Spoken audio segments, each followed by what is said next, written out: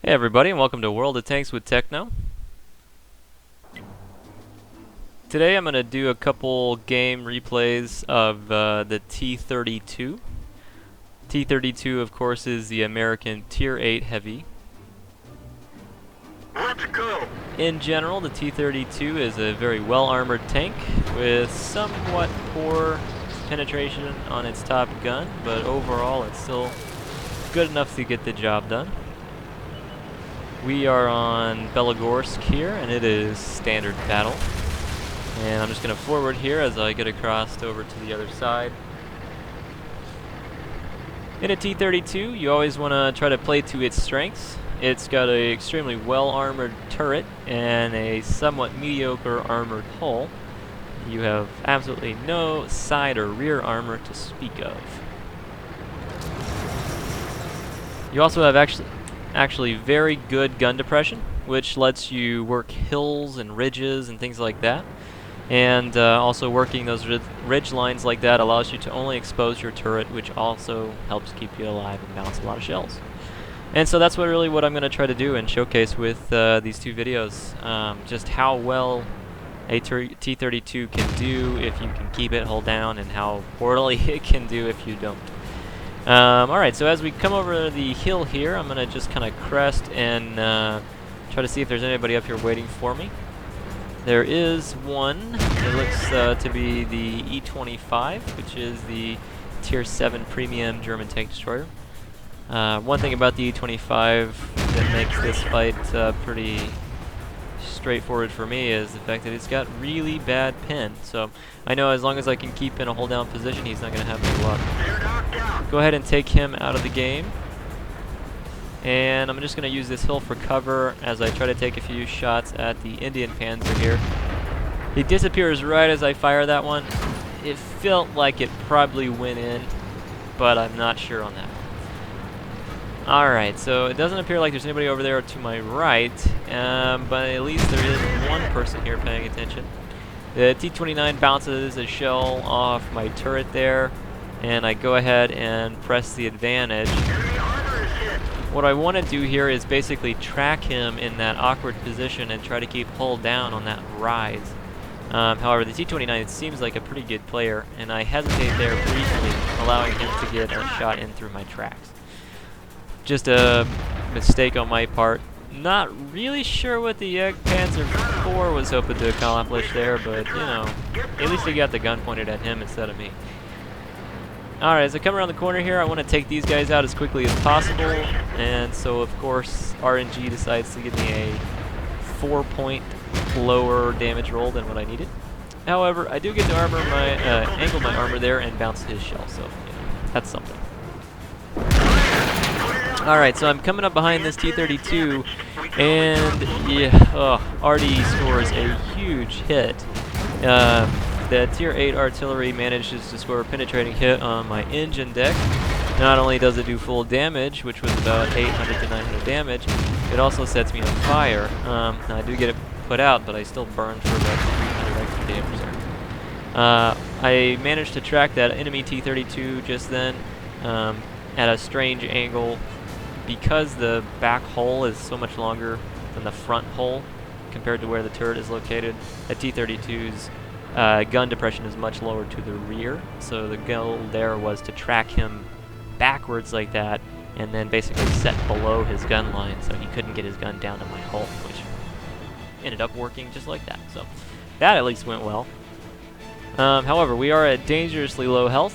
I am trying to use this ridge line right here to take some shots at the Indian Panzer on that other flank there. He's just not giving me any good shots. He's really played a pretty good game and kept pretty much invisible for most of the game. What I'm thinking right now is I'm kind of worried about setting kind of in the middle of this open area, even though I'm up on this ridge and it seems pretty protected. I know Artie hit me up there before, and I don't know if he's relocated to get some better shots, so I don't want to set out in that open area too much if I can avoid it. Now our Jagdpanzer IV, after kind of YOLOing into the side of the T-29 there a second ago, decided to see how fastly he could get down this hill here, and he seemed to have run straight into a Nashorn. So being so low on health, I don't want to put myself in a position where I'm going down a hill. That will expose basically my whole top armor again, which is basically where they already hit me, so I definitely don't want to do that. So I go ahead and stay up here, and I'm thinking, you know, I'll try to get some shots into these guys down in the town as they move north toward the base. I really wasn't worried about that T-25/2 there, but he sneaks a shell in right below the gun mantle, in between the hole and the turret. It's actually pretty shocking he didn't damage the turret ring there, but man, if he was aiming for that, props to him. That was a fantastic shot. So anyway, well, fantastic for him anyway. So we're now at 48 health. Not a great place to be on a game where there's still 7 enemy tanks left.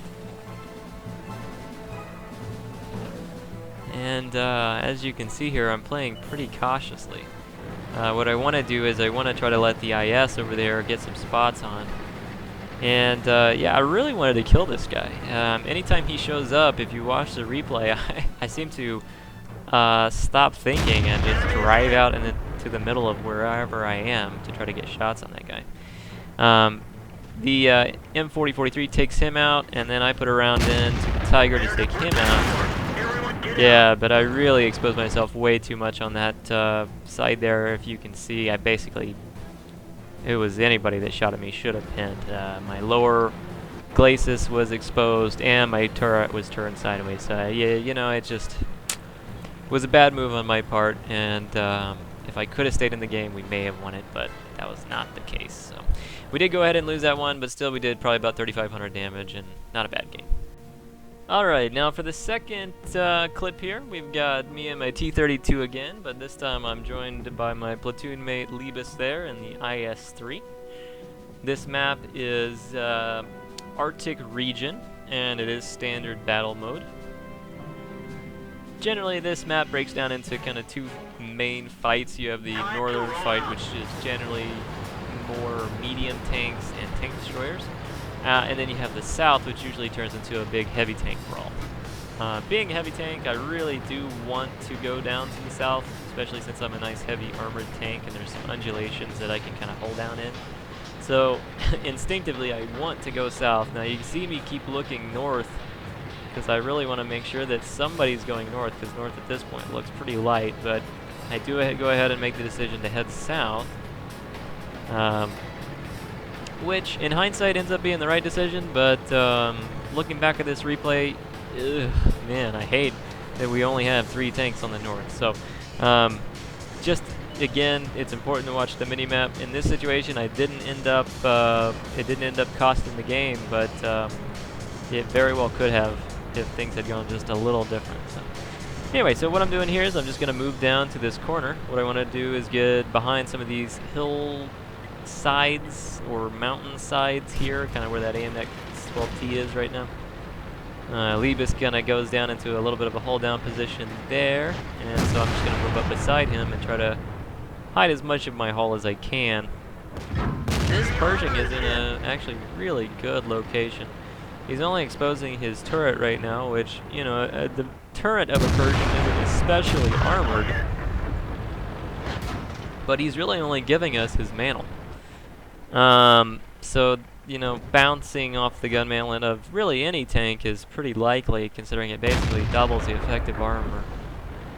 So he's in a really good location here, and he's putting some damage into Libas. He's already done probably about 500 damage so far, so... and then, surprise, ELC AMX pops out of nowhere.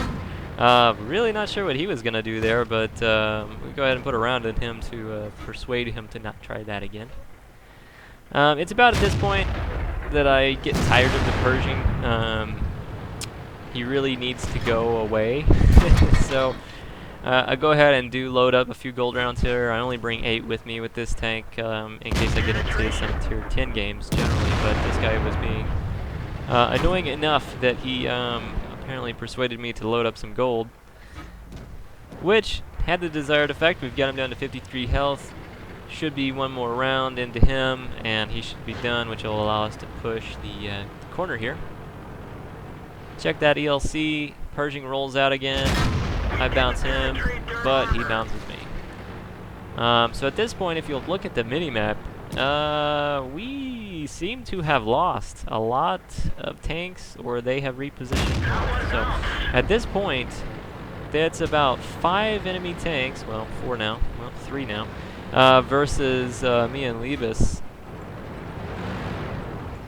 And they are all pretty good sized tanks. So, the ELC and the AMX-12T get fire a shot and kill each other at the same time. Artie puts a nice shot in there. So far, I've been able to keep hull down, and I've taken 0 damage, while being able to deal 1,300 damage already. I do notice I am firing gold here and decide that that's a little bit wasteful, so I go ahead and load normal ammo. And I'm going to start aiming for the weak spots on the T26 there. That front suspension, I guess you would call it suspension.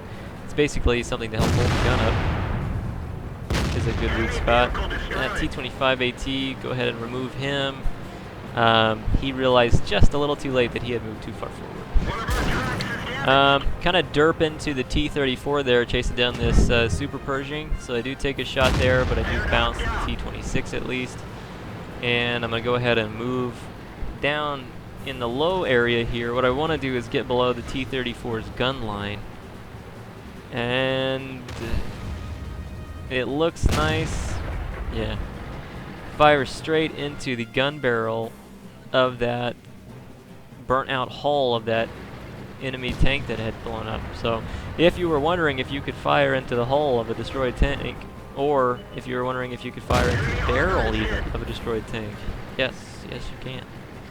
Alright, so I fired a shell at the T-34. What I want to do here, or what I'm trying to do here, is get down below his gun and try to get him to donk a shot off my turret, but he knows what he's doing. He waits, and I go ahead and come up the rest of the way to try to get that hull shot on him.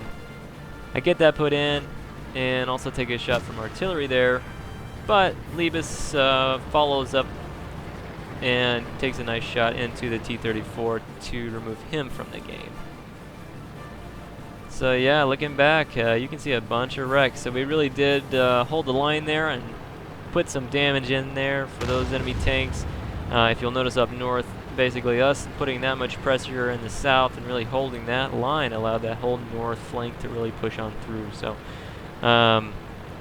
tanking it on the chin is what the video is called, and that's kind of what I'm talking about there. So these are 2 very powerful tanks, and if you can get them in positions where they can effectively use that armor, they can just destroy everything. So try to get a little extra damage here on the artillery.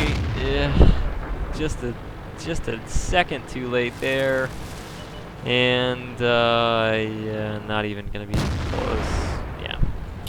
So don't manage to get any more little extra arty damage there at the end, which is disappointing, but we did manage to have a good brawl down there on the south flank, which was always fun. So anyway, let's go over the numbers. Got 100k credits, 3300 XP, that is doubled, and plus the premium bonus.